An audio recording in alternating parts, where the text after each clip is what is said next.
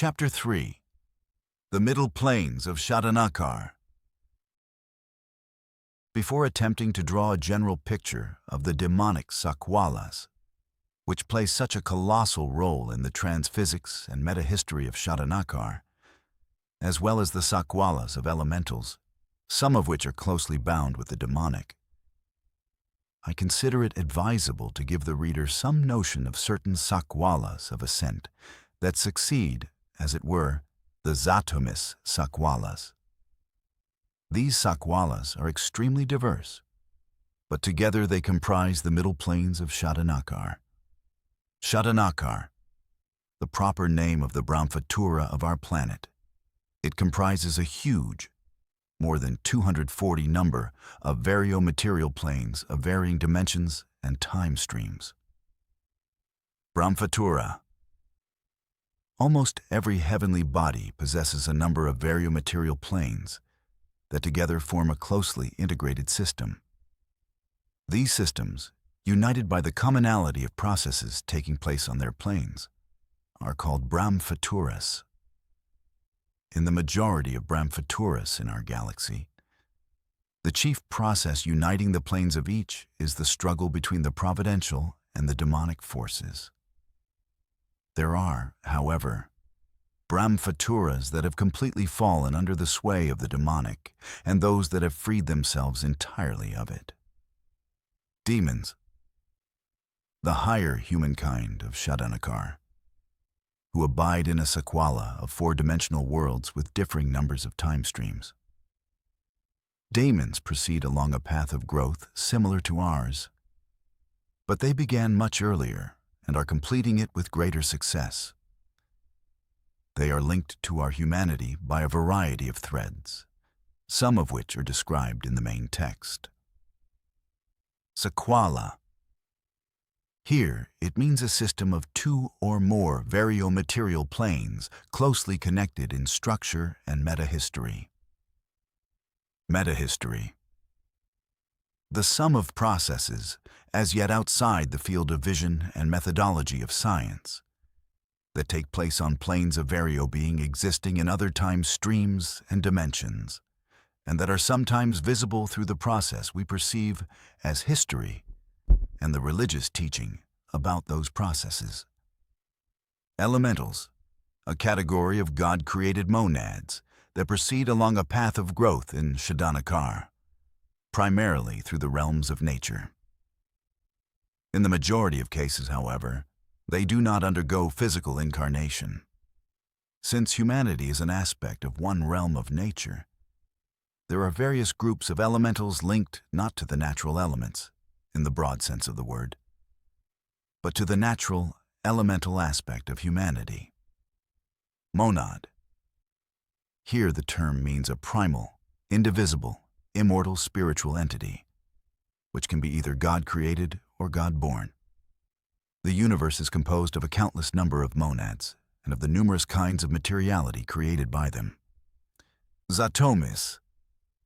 The highest planes of human metacultures, their heavenly lands, the bulwark of the demiurges and national guiding spirits, and the abodes of the synclites. Together with Aramoya, the Zatomis of the rows of the world now under construction, they are 34 in number. Metaculture. The inner sakwalas of Shadanakar, which take the form of multi-plane segments, as it were. Metacultures are composed of varying numbers of planes, but each has at least three specific planes.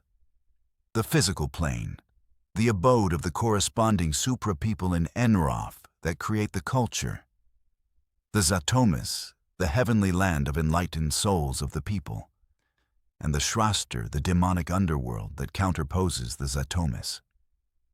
In addition, every metaculture includes one or another number of planes of enlightenment and retribution. The nature of these worlds varies between metacultures in accordance with the course metahistory takes in each. Synclites. The hosts of enlightened human souls that abide in the Zatomis of metacultures. Aramoya, The Zatomis of global culture currently under construction. Rose of the world. The future Christian church of the final centuries, which will reunite within itself the Christian churches of the past, and will be joined on the basis of a free amalgamation with all religions of light. It is in this sense that the rose of the world is interreligious or pan-religious. Its principal task is to save as many human souls as possible and help them avert the danger of being spiritually enslaved by the future anti-God. The birth of the rose of the world among humanity will be a reflection of the ether birth of Sventa Sventana in one of the Zatomis. Suprapeople, a group of nations or ethnic groups united by a common, jointly created culture. Enroth, the name of our physical plane, a concept synonymous with what astronomy calls the universe. It is characterized by 3 dimensions of space and 1 time stream, shrasters, variodimensional material worlds connected with areas within the physical body of the Earth known as countervailing prominences, which point to the center of the planet. The abode of anti-human kind, which is composed of 2 races, Igvas and Rarugs. There are great metropolises in the shrasters and a very advanced demonic technology. Sventa Sventana, a great God-born monad, an expression of eternal femininity. The bride of the planetary logos. She descended from the heights of the spiritual cosmos to the upper plains of Shadanakar approximately 150 years ago, and is destined to assume an enlightened and not physical incarnation in one of the Zatomis of humanity. That meta-historical event will be reflected in terrestrial Enroth, in the birth of the rose of the world. Igvas, the principal race of anti-human kind. It is made up of highly intelligent demonic beings who abide in the shrasters, the underside of the world. Rarugs, the second race of anti-human kind, into which the great predators of prehistoric times developed after countless incarnations on the planes of demonic materiality. Planetary logos, a great God-born monad, the expression of God the Son, the divine mind of our Brahmfatura, the oldest and first of its monads. He expressed himself in humanity as Jesus Christ and is overseeing preparations for the turn of the Aeon. The planetary logos is the leader of all the forces of light in Shadanakar. It is only natural that the higher the planes, the more difficult it becomes to apprehend them, and the fewer analogies with Enroth can be found in their landscapes, in the form and appearance of the beings abiding there, and in the manner of life they lead. 9/10 of what is seen or otherwise perceived remains beyond our comprehension. In most cases, one has no choice but to confine oneself to a straightforward presentation of the essential facts, without attempting to reveal their consistency or deeper meaning. Therefore, this chapter promises to be virtually nothing more than the dry enumeration of the names of a few sakwalas and the planes they comprise. I recall that within Jewish mysticism, there is the concept of the egregore. However, it is difficult for me to judge how closely the term corresponds to its meaning here, given my limited familiarity with Jewish theosophy. In any case, what is meant here by egregores are variomaterial formations that take shape over large collectives from certain emanations of the human psyche. Egregores do not have monads, but they possess a volitional charge of limited duration and the equivalent of consciousness. Every state, even Luxembourg, has its own egregore. They are essentially static, passive beings. The majority of egregores do not take part in the struggle between the demonic and providential forces in Shadanakar. There are some, however, that side with the demonic camp. Egregores. Here the term means variomaterial formations that take shape over large collectives, tribes, states, some political parties and religious groups, and from certain emanations of the human psyche. They do not have monads, but possess a volitional charge of limited duration and the equivalent of consciousness. When egregores disintegrate, their equivalent of consciousness disappears as well, dispersing into space. They do not experience any pain at such times. To the extent that it is possible to speak of the landscape of those planes, the sakwalas of egregores are characterized by yellowish swirls of space in which the egregores themselves stand out as somewhat denser than their surroundings. The 7 planes that compose that sakwala can be listed in the following order. Zativ is the region of the egregores of primal tribes, which die out as the tribes are assimilated into larger nations or physically destroyed. The egregores of humanity's oldest cultural political formations used to abide there, egregores that have already dissolved into space by now. Zog is the region of state egregores. In addition, egregores of certain large contemporary social political organizations, like the Indian National Congress Party, can also be found there. Foraun is the plane of the egregores of churches. They form from the dark ether radiations that issue from the mass of humans belonging to some church, radiations released by every person who has not reached the level of sanctity. The radiations arise when a soul's religious feelings become tainted with mundane preoccupations, material concerns, acquisitiveness, negative emotions in general, with what the fathers of the church termed worldly cares. It often happens that egregores act as serious brakes or weights on the ascending path of churches. In time, there will also be in Foraun an egregore of the rose of the world. It is unavoidable, since the interreligious church of the future will be composed not only of saints, but of hundreds of millions of people at different stages of their spiritual growth. Udgrog is the plane of egregores of the anti-churches and the power-hungry mass parties of modern times. One plane, whose name I do not know, is inhabited by egregores generated by the psychic activity of the Shraster's demonic populace. I also do not know the name of the plane of egregores that form from the psychic activities of the world of demons. That second, brighter humankind, to be briefly discussed below. The last of the egregore planes is called Tsebrumer. It is as yet empty. In time, there will appear there the egregore of the future anti-church, the church in which will be carried out the quasi-religious, demonic worship of Gagtungur. This will be, at the end of the first eon, the nucleus and foundation of the future Satano humankind. Gagtungur, the name of the planetary demon of our Brahmapatra. He is 3 persons in one, like certain other beings among the uppermost hierarchies.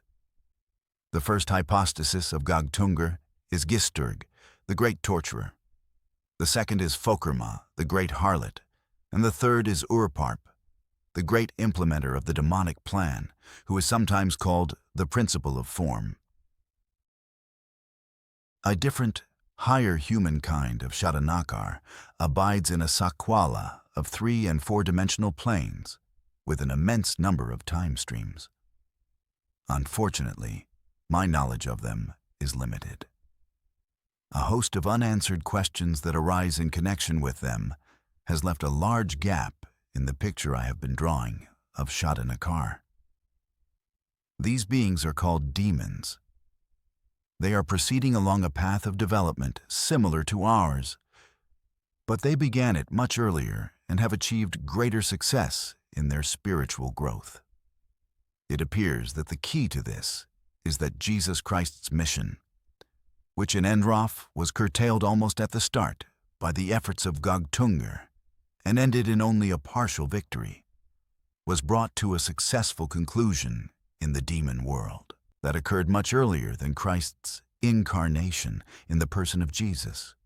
His victory in the demon world removed the burdensome obstacles Gogtungur had placed on their path of ascent. And at present, these beings have left us far behind. The time and number of trials required for them to reach spiritual maturity have been reduced many times over. There have been no signs of social disharmony among them for a long time, and their energy is channeled into spiritual and moral growth and into helping other planes, particularly the humanity of Enroth. Demons are winged people who, though they partly resemble angels in their external appearance, are different from them. In addition to many distinguishing characteristics, demons are divided into two sexes. The chief plane of their existence, which corresponds to our Enroth, is called Geram. Its natural environment, which is similar to ours, has been elevated to artistic and moral excellence. At the same time, their technology is spiritualized by an inner wisdom concerning the various energies and planes of Shadanakar, and by the cultivation of higher abilities within their own being. The demons are aware of everything essential about humanity in Enroth, ever since the completion of Christ's mission in Geram. The demons have been freed from the necessity of descent into the demonic worlds of retribution after death. The multi-planed sequela of purgatories, which the majority of us know from experience but have forgotten, has been replaced for them by a single plane, called Urm, where some of them undergo expiatory cleansing after death. Kartiala, the world of enlightened demons, their heavenly land, parallels the Zatumis of our humanity. From there, a staircase opens to the Sakwala of higher purpose, and lastly, to the world Sinklite. The demons' active involvement in the struggle against Witzraurs and anti-humankind in the Shrasters constitutes one of the many tasks undertaken by the demons of Kartiala in relation to other worlds in Shadanakar.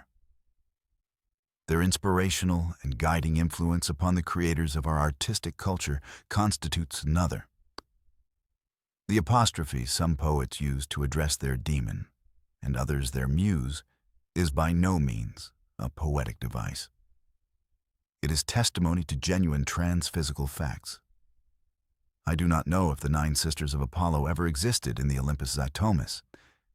It is entirely possible that they did, but there can be no doubt that the female demons, muses, or the male demons, Socratic demons in the narrow sense of the word, have aided our artists and thinkers in plumbing their inner creative depths.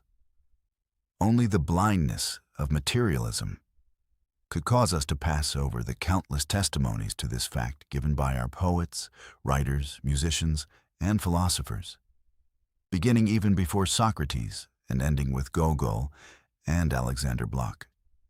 Once they have completed their task, the majority of demons' inspirers leave those they inspired.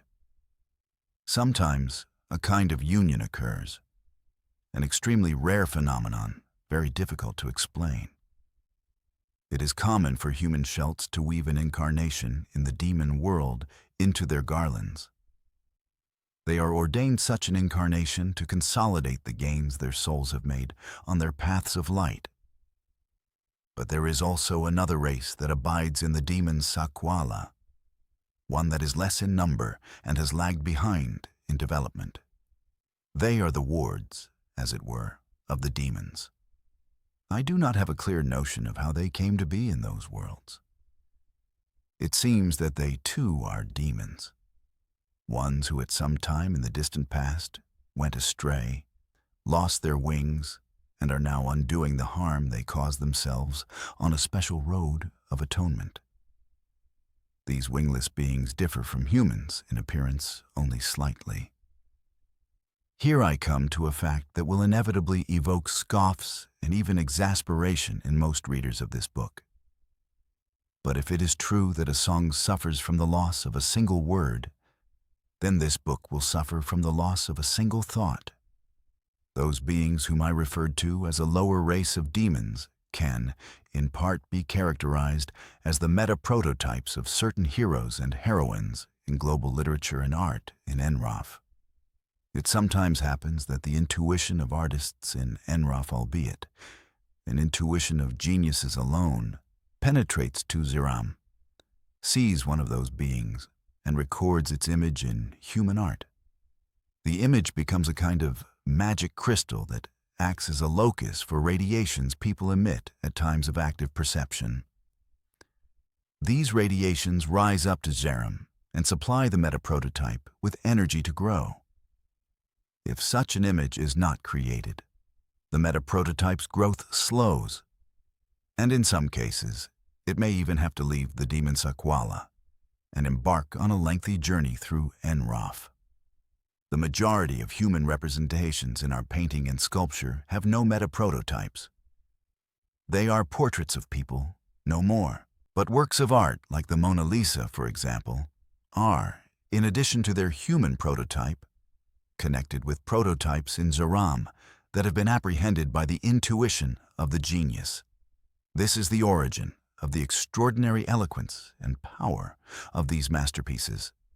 It is regrettable that Leonardo da Vinci painted the Mona Lisa in such a way that the prototype ended up debased, with the portrait absorbing certain elements from Duggar I of the worlds of demonic elementals, as a result of which the prototype fell from Zeram to for that plane serves as a purgatory for meta-prototypes as well as for demons. The proto-Mona Lisa, raised back up to Zeram and higher through the afterlife efforts of Leonardo da Vinci, now abides in one of the planes of higher purpose. Venus de Milo is already in the world Synclite, since it was to the demon Cartiala that the soul of the Greek woman who posed for the sculptor rose through Olympus after the historical demise of Greco-Roman culture.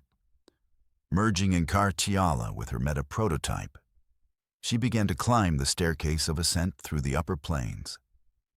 In time, the same will happen with all the souls of such meta-prototypes. The situation is even more complex and various with paintings of the mythological, psychological, historical, and folk genres. Morozova, the noblewoman in Surikov's painting, had a meta-prototype in Zeram, as did some of the secondary figures on the canvas, and the meta-prototype has been raised to Cartiala thanks to the artist's work. In addition, Surikov is currently working in the heavenly Kremlin on a dazzling variation of the picture. Repin's depiction of Ivan the Terrible's murder of his son tied a knot that Repin has been unable to unravel to the present day. This he must do in Drakarg, the Shraster of Russian anti-humankind, counterposed to the heavenly Kremlin, where Ivan the Terrible now abides as a captive and enslaved person.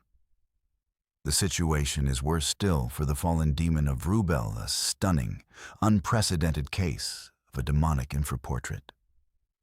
To unravel the knot, Vrubel was forced to descend to Gash Sharva, to the angels of darkness. It is a terrible thing to say, but it would be better, despite the brilliance of the work, if it were destroyed in Enroth.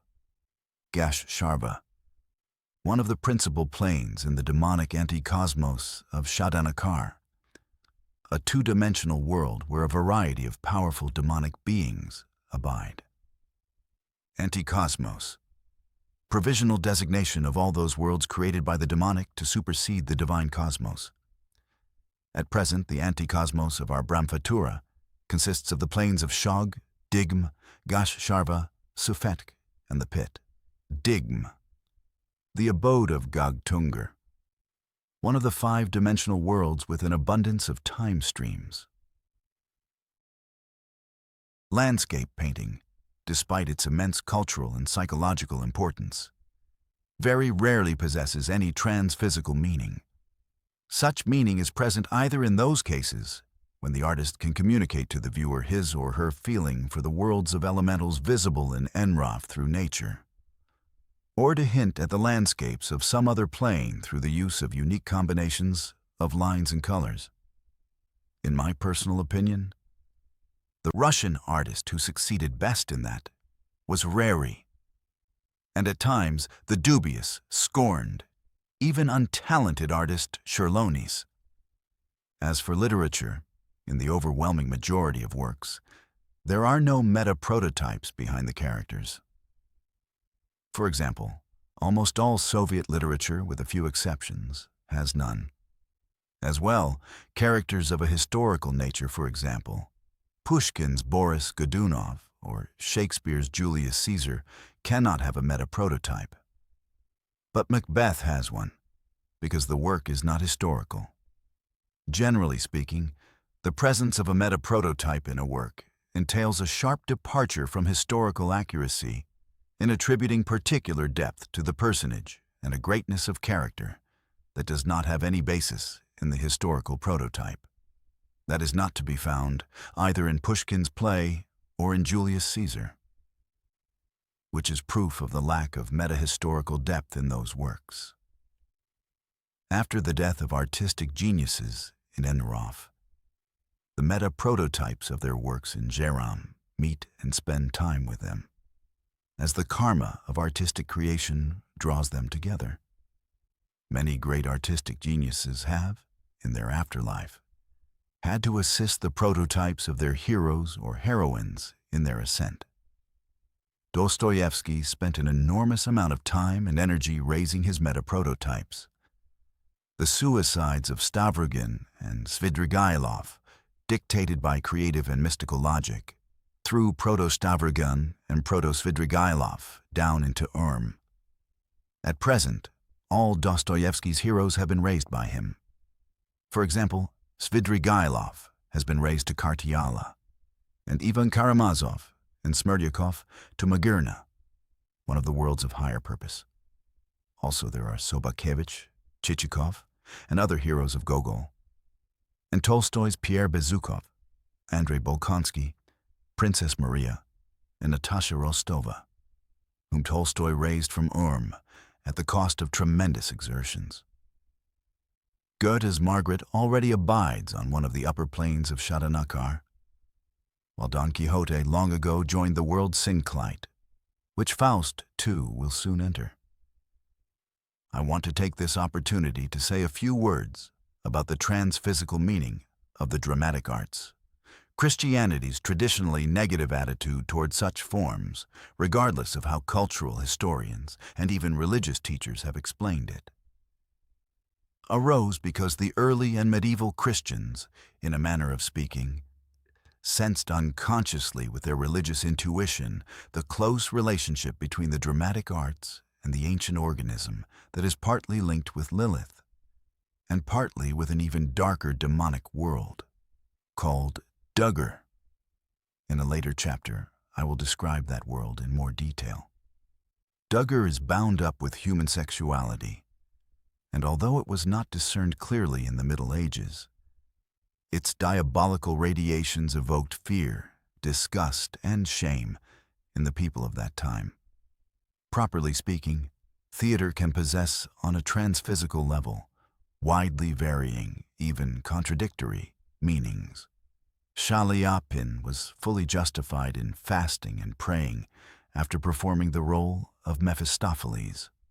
The play, The Life of a Man, was harmful for the playwright, the cast, and the audience, because it lacked what the ancients called catharsis. All drama that takes actors and the audience through catharsis, that is, spiritual elevation and enlightenment, however brief, is deeply vindicated. As for meta-prototypes, the effect of performances in Andreev is like that experienced by Dostoevsky's Smerdyakov. While he was in Urm, thrown down there by Dostoevsky's mystical creative impulses, the performance of his role on stage pained, burdened, and slowed him. Now it is of no consequence. The performance of morally uplifting roles, or roles that lead to catharsis, is good for everyone, including meta-prototypes. Lilith, the great elemental of humanity, at one time the spouse of the prime angel, and later the fashioner of the physical flesh of humans and some other beings. Her own being was demonized by Gogtungur long before the emergence of humanity in Enroth. Duggar, a plane of demonic elementals that plays a special role in the life of humanity. The beings that incarnate in Duggur replenish their energy with Ethos. Ethos, radiations from human lust. With the demon Sakwala, my account will for a time leave the four-dimensional worlds. Fangaranda, a lone five-dimensional plane that is not a part of any Sakwala, is now before us. A warning is in order here. We are about to deal with concepts that are far from customary. For Fangaranda is the abode of shelts of masterpieces of architecture. There they possess the ability to move and grow. They evolve in the sense of spiritual maturation. Their external appearance closely resembles that of enlightened elementals. But they are not fluid in form as those spirits are, nor are their bodies interpenetrable. The reader should bear in mind that the construction of their images in Enroth by architects of genius, whose intuition caught their gleam in Fangaranda, gives them an ether body that forms within the physical bodies of the buildings after many years of receiving radiation from thousands and millions of people. If enough time has passed for such an ether body to form, the destruction of the physical body in Enroth is no longer of any transphysical consequence. The Shelt in Fangaranda dons the ether body and moves to one of the Zatamis. After the turn of the Aeon, the global period when the Zatamis will cease to exist as such, the Shelts of those monads, together with their coatings, which by then will have been completely transformed, will merge with their monads on one of the planes of higher purpose, and subsequently enter the elite of Shadanakar. It is primarily the Shelts of churches and palaces that abide in Fangaranda. There are, for example, spectacular prototypes of an Orthodox monastery, an Egyptian pyramid, a ziggurat, a Gopuram of South India, a Catholic abbey, and a Rhenish castle. But there are also Shelts of some individual buildings, for instance, St. Peter's Cathedral, the Cathedral of St. Basil the Blessed, the Temple of Heaven in China, even the palaces at Versailles and Pushkin. There are also Shelts such as those of the Parliament buildings in London and the Admiralty in St. Petersburg. After a strange world like Fangaranda, the concept of a Sakwala of angels will probably seem familiar and like nothing out of the ordinary. There are two such Sakwalas. The first and lower of the two comprises three planes. It is called angels of the lower circle. In essence, they are, chronologically speaking, the first humankind of Shadanakar, who at one time lived on planes of denser materiality, though not in Enroth. Their era preceded the era of the Titans. It is beyond our capacity to fully comprehend the manner of their lives now, in their enlightened worlds. We can only apprehend that aspect of their work that has a direct bearing on us. The first of these planes is inhabited by cherubim, the guardians of people performing missions of light. They are just that, guardians. It is the demons who are the inspirers. We have heard of guardian angels since childhood, and it is not our fault if we thought that such an angel hovered over the right shoulder of every one of us. They have the same external appearance as described in tradition, and their world is a landscape of gorgeous colors we cannot perceive, vaguely reminiscent of pink and violet.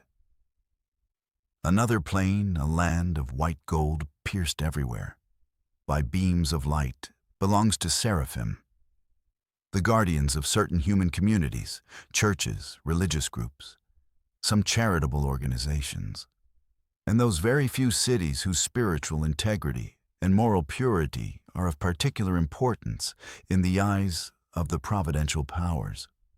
There are times when a guard of seraphim encircles the city, because a meta-historical event or transphysical process is taking place within it that requires special assistance or protection. When the process or event is completed and a new era begins, the guard of seraphim is withdrawn.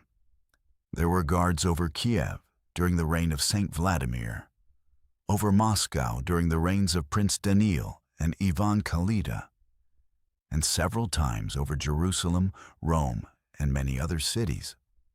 Benares, a city of tremendous meta-historical significance, is one of those rare instances when the guard of seraphim does not leave a city for several centuries. Of course, from a narrowly Christian point of view, statements like the preceding can only give rise to perplexity. In appearance, seraphim resembles six-winged angels. The Sakwala concludes with the world of the so-called thrones, whose appearance nearly matches our image of archangels and whose abode is greenish-blue, pierced by playful beams of light. The thrones are the guardians of nations. There are many of them. The spiritual maturation of every nation is overseen by a host of those resplendent beings. Moving on to the second Sakwala, the angels of the upper circle. I find I cannot even resort to such meager visual images as I used for the first Sakwala to help the reader form an idea of this one. All I can say is that they are the abodes of hierarchies of light of tremendous power, those same ones who create the materiality of the 3, 4, and 5-dimensional planes in Shadanakar. First come the astrals, known in Christian mysticism as the principalities. They are the creators of Enrof's materiality. Next come the powers, creators of materiality for the demon Sakwalas, and the dominions, creators of materiality for the worlds of enlightenment, except Olurna. The Sakwala of angels of the upper circle concludes with the world of the virtues, who create materiality for the Zatomis, and the archangels, those same beings who are Sirens, Alkonosts, and Gamayuns before their transformation in Paradise, Eden, Montsalvat, Junflea, and Holy Russia, all the Zatomis of Christian metacultures. They create materiality for the worlds of higher purpose. The materiality of the angelic worlds themselves, as well as that of the upper planes of Shadanakar, is created by the hierarchies of the Metabrahmvatura. Olurna, the first of the worlds of ascent, the land of the dead common to all humanity, although the landscape varies between metacultures. Montsalvat, the Zatomis of the northwestern metaculture. I realize that, despite the similarity in nomenclature, the above is not concordant with traditional Christian angelology. I am sorry that it is so, but I am not writing on the basis of my own knowledge and cannot make any alterations until that single voice I trust with all my heart tells me otherwise. Our survey has arrived at the Sakwala of higher purpose. These worlds are common to people, angels, demons, elementals, and even to enlightened animals. They soar far above those distinct segments of Shadanakar called metacultures. Naturally, my knowledge of them is scant, if not to say beggarly. I am not even sure of the name of the first of these worlds. It sounds something like Usnorm, but I can't make it out any clearer. The spinning of the planet on its axis is evident there as it is here. It must have been nightfall at the time I was there, because I vaguely remember seeing a glowing mist of stunning majesty, as though the creative heart of our universe had revealed itself to me in visible form for the first time. It was Astrophire, the great center of our galaxy, which is hidden from our sight in Enrof by dark clouds of cosmic matter. I also saw a scattering of countless stars. but not as we see them here. Indeed, they were not stars, but Brahmaphuturas. They were not bright pinpricks in the sky, but systems of concentric spheres visible through each other. When my gaze rested on one of them, it grew huge and distinct, just like a cinematic close-up. It seems to me now that they were all spinning slowly, harmoniously sounding and calling to each other with multi-toned voices. But that may only seem so now, and may be the result of preconceptions about the harmony of the celestial spheres, an idea that came to me not from experience, but from human legends. In any case, those harmonies could barely be heard above the surges of an incredible choir that was sounding right there around me, rising from depths to heights that I could neither comprehend nor measure with my eyes. All this is my recollection of the plane/temple reserved for the eternal liturgy of humankind. Oh, not only humankind. There were, I guess, millions of beings there, and I don't know how many exactly, probably more than half of them, had never been nor were destined to be human. There were enlightened souls of elementals and animals, wondrous demons and angels of various circles. When we read the prophecy in the Apocalypse about animals gifted with intelligence performing the liturgy around the altar in another world, it may be a symbol, but it is also a hint at reality. A reality that did not yet exist at the time the author of the Apocalypse was living. For Usnorm, the temple common to all, is the brainchild of that same great human spirit who was John the Evangelist in his last incarnation on earth. While millions were worshiping, those performing the service at the church altar numbered in the thousands. Everyone who reaches the Sakwala of higher purpose eventually performs the liturgy in Usnorm, and is then followed by the next in order. The most uplifting and joyous services in the churches and temples of the higher religions are but dim reflections and echoes of the eternal liturgy of Usnorm. There is indeed an oral element in the liturgy, but the words are in the language of the world Sinklite, which we cannot reproduce, and in which words are not simply individual sounds, but chords of meaning, as it were, and some appear at the same time as flashes and waves of light. There is an element of movement in the liturgy, the heavenly prototype of sacred dance. But as Usnorm is five-dimensional, movement occurs not along a horizontal surface, as it does here, but in all 5 dimensions.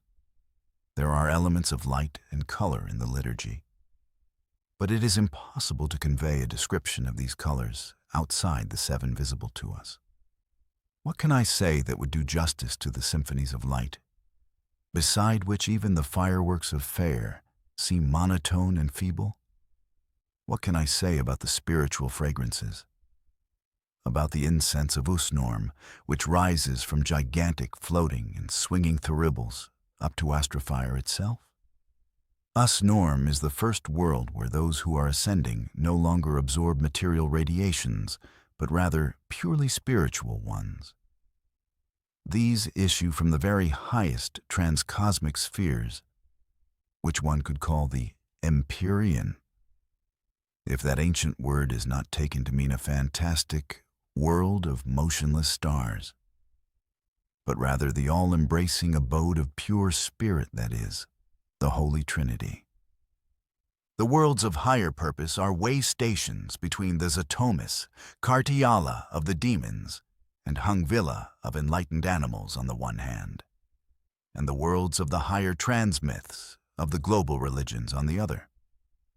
Above Usnorm is Gridrutva, the white chamber where the great creative plan for humanity is devised. After it comes Alikanda, which resembles the heart of a flower, Tovia, which resembles foam, hoarfrost, a white garden, or falling snow, and Ro, which resembles huge singing crystals. The most beautiful works of music in Enroth, in Olirna, among the demons, even in the Zatomis, are but echoes of these crystals. These three planes are the abode of human monads that have merged with their mature souls.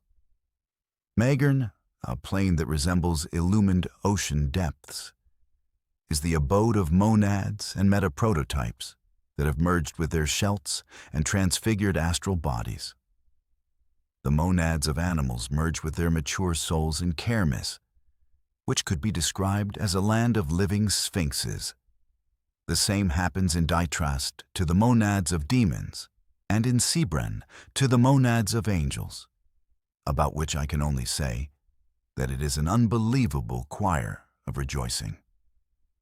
The monads of elementals abide in Flauros, of which the words solar flares can give an intimation. The Sakwala of the world of higher purpose also includes Niatos, violet heights where the monads of our former enemies' demons who have converted to light merge with their shelts. I have already mentioned the powerful demonic spirit, the great dragon of the pro/O-Mongolian culture.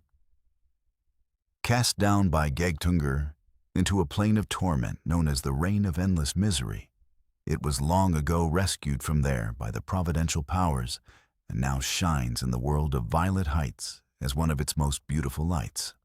As far as I can recall, Iron, splendid and immense, is also a part of the Sakwala. It is the abode of human monads before they merge with their mature souls.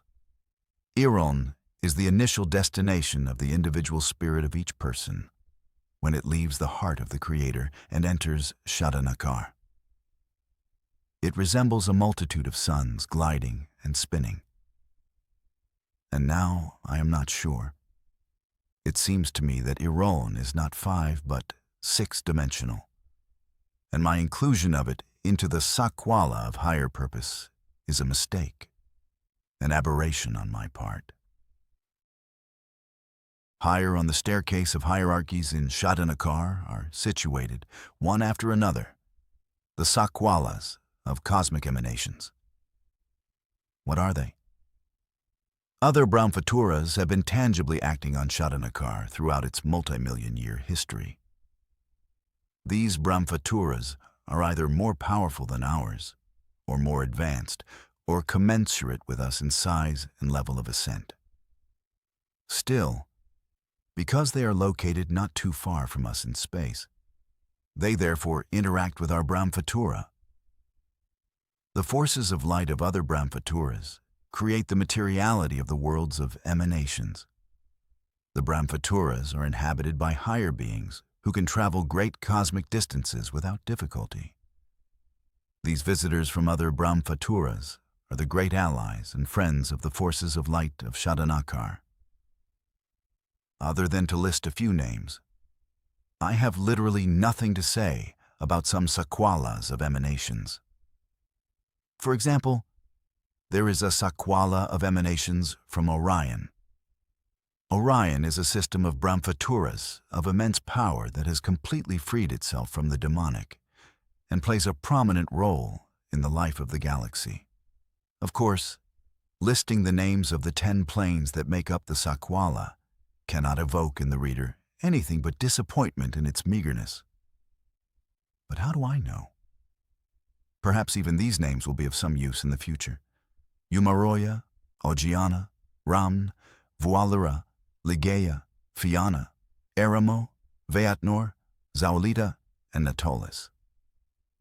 Despite the huge disparity between our conditions and those that reign on the physical plane of Jupiter or Neptune, we must accustom ourselves to the idea that many of the planets and their moons possess Brahmfaturas.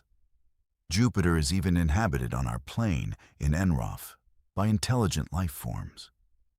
Still, they are so different from us and live under conditions so unthinkable that no contact will ever occur between them and us in Enroth.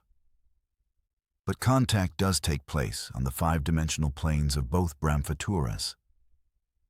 The elite of Jupiter and its moons have created 2 planes of emanations within Shadanakar. One plane has been created by Saturn and its moons, and one each by Uranus and Neptune. All of them together make up the Sakwala of planetary emanations. A special place is occupied by the three planes of Iora, Aknos, and Geben. They form the Sakwala of emanations from the transfigured planet Daya, which no longer exists in Enroth. The planet used to be situated between Mars and Jupiter. Long ago, the efforts of its demiurges led to the expulsion of the demonic powers to the Brahmapatra of Daya's moon. Daya entered its third eon, that is. It underwent a physical transformation and disappeared from cosmic Enroth. As for the moon, it suffered a catastrophic breakup. The asteroids are fragments of it. And the demonic hordes were scattered into outer space. When our scientific instruments become powerful enough to observe planets in other solar systems, we will sometimes witness the sudden disappearance, in the space of a few hours, of some of these planets. No doubt scientists will advance a number of clever hypotheses to explain away the phenomenon before they admit that the same thing that is happening in these cases once happened to the planet Taya. The Sakwala of solar emanations numbers 9 planes. Again, I can give only names: Raus, Flermos, Tramnos, Gymnos, Areia, Nigveia, Trimoia, Derain, and Iordis. I can also list the names of the 4 planes of emanations from Astrophyre, the center of the galaxy: Grezoar, Malane, Viruana, and Luvarn. One particular system is, in part, connected to the Sakwalas of emanations. It would be more correct to call this system a Brahmapatra, though at present it is part of Shadanakar, being encompassed within its 5- and 6-dimensional planes. It is the lunar Brahmapatra. I do not know when exactly the development of lunar humankind selenites came to an end in Enroth. In any case, it was in the very distant past, almost 1 million years ago. But evolution there proceeded at a much slower pace. However, the time required between the appearance of organic life on the moon's surface and the emergence of intelligent life forms was far shorter than for the corresponding process on Earth. Generally speaking, the idea that physically smaller worlds should, in every case, evolve more quickly is not always true of individual periods of organic life's development, let alone of the tempo of intelligent life's evolution. But H.G. Wells's intuition of the external appearance of these beings, which he describes in his fascinating book, is amazing, especially if one considers the rationalist complexion and scientific-like superficiality of his thinking. He correctly envisioned their overall insect-like appearance, the soft, elastic consistency of their physical tissue, their body's ability to metamorphose in accordance with the task at hand, the advanced state of their technology, and even the fact that toward the end of their civilization, they had begun partly to exploit the interior of the moon. The Selenites' tragic end resulted from the victory of Voglaea, the female lunar demon. One might well wonder how it was that the activities of a female demon found an outlet in their rationalistic society. But there exists a particular variety of rationality, one that can be denoted as female, and not everywhere is its expression so weak as among our humanity. It took root among the Selenites with special resilience, and its effects were particularly evident in the fact that their technology was based far more than ours on the principles of magic. The stages of the Selenites' spiritual and cultural decline went from satano-humankind to degeneration to death under the weight of their technology. Their deepening spiritual bankruptcy caused the Selenite society to descend into anarchy, lose the ability to run their own machines, and finally die of cold and hunger. But to this day, the world of Voglaea remains a part of the lunar Brahmapatra. For an extremely long time, it maintained a singular kind of neutrality, at times warring with both the powers of light and Gog-Tungur. But in the last while, the planetary demons of Shadanakar and Vogleya have been moving toward a truce and, in fact, an alliance to join forces and drive the powers of light out of Shadanakar. One demonic plane in Shadanakar, Dugur, is closely linked with the emanations of Vogleya. At present, the bewitching, vampire-like blue-gray female demon is rebuilding a special plane, the lunar hell. There, with Gog-Tungur's consent, the victims of Dugur will descend. Until now, some of those victims have met with an even worse fate: ejection from Shadanakar into the emptiness of the galaxy. The three other planes of the lunar Sakwala counterpose Vogleya's world. Soldbis can be seen on the surface of the moon from the Zatomis. It is the abode of a great many of those enlightened ones whose spiritual growth was too slow and who therefore met with tragedy.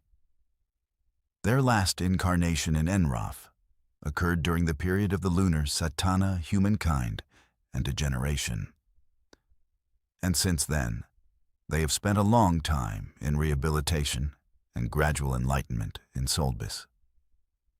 Another world, Lal, is for the lunar elite.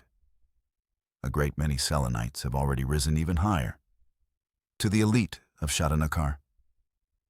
Finally, there is Tanit, the abode of the lunar goddess and the third and brightest of the lunar worlds. If through careful observation we unravel into separate strands what we feel at nights when the moon is full, we will awaken to certain threads of feeling. First is a sense of harmony, which is the effect Soldbis and Lal have on us. Second is a subtle nostalgia for the heavens, which is Tanit calling to us. Third is the lure of sexual transgression, which is Vogleya haunting and tempting us. She fears the sun, always retreating from its light to the dark side of the moon. During a full moon, only diminished emanations from Vogleya, those that pass through the moon's crust, reach us.